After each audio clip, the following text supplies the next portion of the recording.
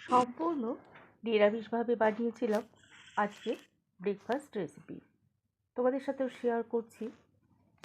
গরমে কিন্তু রেসিপিটা দারুণ লাগবে খেতে, আর পেটটাও ঠান্ডা থাকবে, আর অনেকক্ষণ পর্যন্ত পেটও ভরা থাকবে।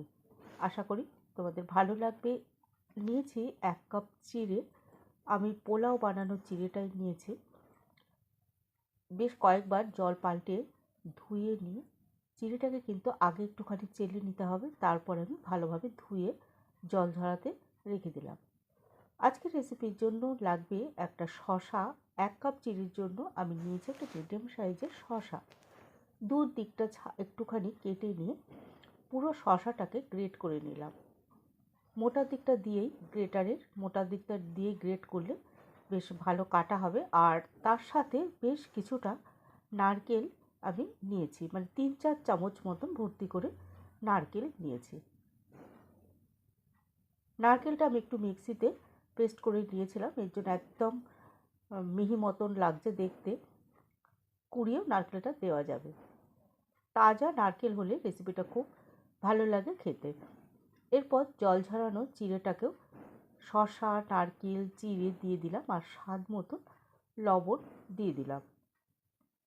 এরপর সমস্ত উপকরণগুলোকে খুব ভালো করে মিশিয়ে নিতে হবে, যাতে নুন সমস্ত কিছুর মধ্যে ভালো করে মিশে যায়। পরে যদি দরকার হয় তখন নুনটা আবার মিশিয়ে নেওয়া যাবে। নিয়েছি কিছুটা ছোলার ডাল আর বিউলির ডাল। ডালগুলোকে আমি কিন্তু ধুইনি, খুব ভালো করে শুকনো কাপড় দিয়ে পরিষ্কার করে মুছে নিয়েছে। কড়াইতে 1 চামচ মতো সাদা তেল দিয়ে এরপর ডালগুলোকে লো টু মিডিয়াম ফ্লেমে ভেজে নিতে হবে। সাথে দিয়ে দিলাম কিছুটা বাদাম। বাদামগুলোকেও এর সাথে ভেজে নেব। লো টু মিডিয়াম ফ্লেমে একটু ভেজে নিলে কম তেলে কিন্তু দারুণ মুচমুচে ভাজা হয়ে যায়।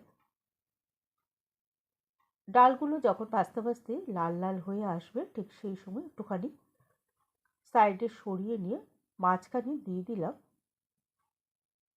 কালো সর্ষে, আর দিয়ে দিলাম 2টো শুকনো লঙ্কা ভেঙে দিয়ে দিলাম। একসাথে সব কিছু আবার একটুখানি ভেজে নিয়ে দিয়ে দিলাম ধুয়ে রাখা কারি পাতা। রেসিপিটা কিন্তু খুবই সহজ আর খুবই হেলদি। এরপর মিশিয়ে রাখা চিড়ে, নারকেল, শসা, লবণ দিয়ে দিলাম। বেশ কিছুক্ষণ এবার একটুখানি নেড়েচেড়ে নিতে হবে। খেতেও কিন্তু দারুণ সুস্বাদু।